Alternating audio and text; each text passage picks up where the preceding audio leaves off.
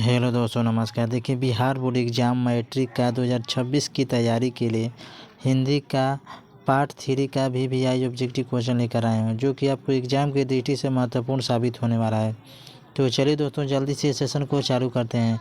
देखिए, आज का हमारा पहला प्रश्न है, अति सूदो असने को मारक है छंद के रचनाकार हैं। ए अज्ञे, बी कुंवर नारायण, सी बीरेन गंडवाल, डी घानानंद। आपका आंसर डी होगा, घानानंद जी हैं। चलिए प्रश्न संख्या 2 पे चलते हैं। प्रश्न संख्या 2 है, घानानंद किस भाषा के कवि हैं? ए पाली भाषा, बी ब्रज भाषा, सी प्राकृत भाषा, डी मैथिली भाषा। जल्दी से आंसर कीजिए। आपका आंसर बी होगा, ब्रज भाषा।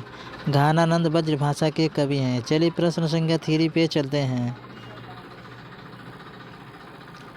प्रश्न संख्या 3 है, सुजान सागर किनकी रचना है? ए गुरु नानक की, बी प्रेम घन की, सी रस खान की, डी घानानंद की। आपका आंसर डी होगा, घानानंद की। सुजान सागर घानानंद की रचना है। चलिए प्रश्न संख्या 4 पे चलते हैं। प्रश्न संख्या 4 है, घानानंद ने किस मार्ग को अत्यंत सीधा व सरल कहा है? ए क्रोध को, बी प्रेम मार्ग को, सी घृणा को, डी कपट को। आपका आंसर भी होगा, प्रेम मार्ग को। चलिए प्रश्न संख्या 5 पे चलते हैं। प्रश्न संख्या 5 है, घानानंद कवि हैं? ए रीति मुक्त, बी रीतिबद्ध, सी छायावादी, डी इनमें से कोई नहीं। आपका आंसर ए होगा, रीति मुक्त के कवि हैं। चलिए प्रश्न संख्या 6 पे चलते हैं। प्रश्न संख्या 6 है, घानानंद की भाषा क्या है?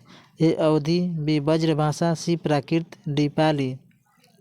आपका आंसर भी होगा, ब्रज भाषा। चलिए प्रश्न संख्या 7 पे चलते हैं। प्रश्न संख्या 7 है, कवि ने प्रजन्य किसे कहा है? ए कृष्ण को, बी सुजान को, सी बादल को, डी हवा को। आपका आंसर बी होगा, सुजान को। चलिए प्रश्न संख्या 8 पे चलते हैं। प्रश्न संख्या 8 है, रीति मुक्त काव्य धारा के सिरमौर कवि किन्हें माना जाता है? ए प्रेम धन को, बी घानानंद को, सी रस खान को, डी कबीर को। आपका आंसर भी होगा, घानानंद को। चलिए प्रश्न संख्या 9 पे चलते हैं। प्रश्न संख्या 9 है, घानानंद ने विरक्त होने पर अस्थायी रूप से कहाँ निवास किया? ये हरिद्वार, बी अयोध्या, सी काशी, डी वृंदावन। आपका आंसर डी होगा, वृंदावन। चलिए प्रश्न संख्या 10 पे चलते हैं। प्रश्न संख्या 10 है, सुजान सागर किनकी कृति है? ए मतीराम की, बी घानानंद की, सी देव, डी केशवदास की। जल्दी से आंसर कीजिए। आपका आंसर भी होगा, घानानंद की। सुजान सागर घानानंद की कृति है। चलिए प्रश्न संख्या 11 पे चलते हैं। प्रश्न संख्या 11 है, घानानंद किस नर्तकी को प्यार करते थे? ए रसीम बाई को, बी रसुलन बाई को, सी सूजन को, डी सुजान को। आपका आंसर डी होगा, सुजान को घानानंद नर्तकी से प्यार करते थे। चलिए प्रश्न संख्या 12 पे चलते हैं। प्रश्न संख्या 12 है, प्रेम के पीर का कवि किन्हें कहा गया है? ए रस खान को, बी प्रेम घन को, सी घानानंद को, डी मंझन को। आपका आंसर सी होगा, घानानंद को प्रेम के पीर कवि कहा गया है। चलिए प्रश्न संख्या 13 पे चलते हैं। प्रश्न संख्या 13 है, कवि घानानंद अपने आंसुओं को कहाँ पहुँचाना चाहता है? ए सुजान के आंगन में, बी सुजान के दिल में, सी सुजान के हथेली पर, डी इनमें से सभी। आपका आंसर ए होगा, सुजान के आंगन में कवि आंसुओं को पहुँचाना चाहता है। चलिए प्रश्न संख्या 14 पे चलते हैं। प्रश्न संख्या 14 है, घानानंद के महत्वपूर्ण रचना है? ए सुधा, बी बैराग, सी सुजान सागर, डी इनमें से सभी। आपका आंसर सी होगा, सुजान सागर घानानंद की महत्वपूर्ण रचना है। चलिए प्रश्न संख्या 15 पे चलते हैं। प्रश्न संख्या 15 है, कवि ने प्रेम मार्ग को बताया है? ए सरल एवं निश्चल, बी जटिल, सी अहंकार युक्त, डी इनमें से सभी।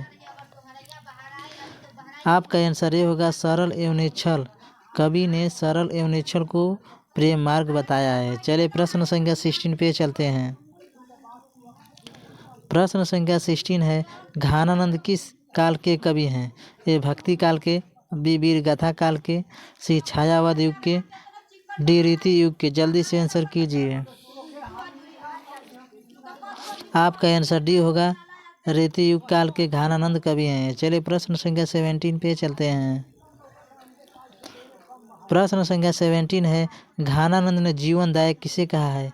ए सुजान को, बी ईश्वर को, सी बादल को, डी इनमें से कोई नहीं। आपका आंसर ए होगा, सुजान को। घानानंद ने सुजान को जीवनदायक कहा है। चलिए प्रश्न संख्या 18 पे चलते हैं।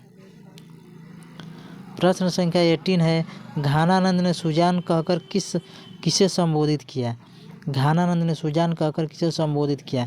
ए प्रीतम को, बी सामान्य जन को, सी साधुओं को, डी विद्वानों को। आपका आंसर ए होगा, प्रीतम को। प्रीतम को घानानंद ने सुजान कहकर संबोधित किया था, याद रखिएगा। चलिए प्रश्न संख्या 19 पे चलते हैं। प्रश्न संख्या 19 है, विरह लीला रचित है? ए रसखान द्वारा, बी घानानंद द्वारा, सी सूरदास द्वारा, डी मीराबाई द्वारा।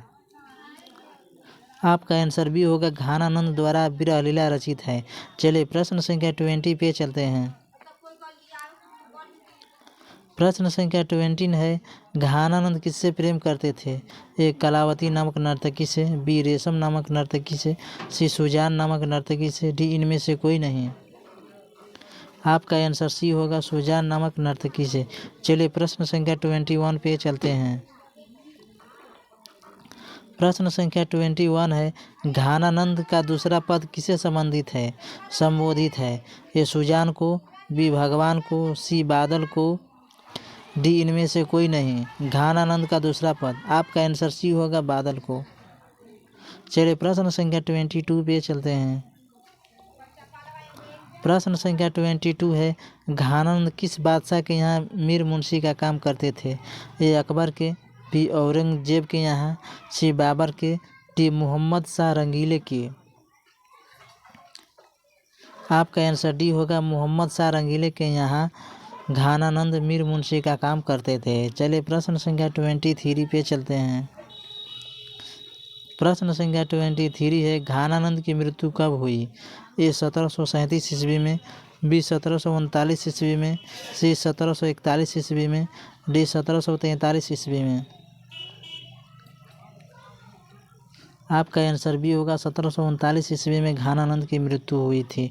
चलिए प्रश्न संख्या 24 पे चलते हैं।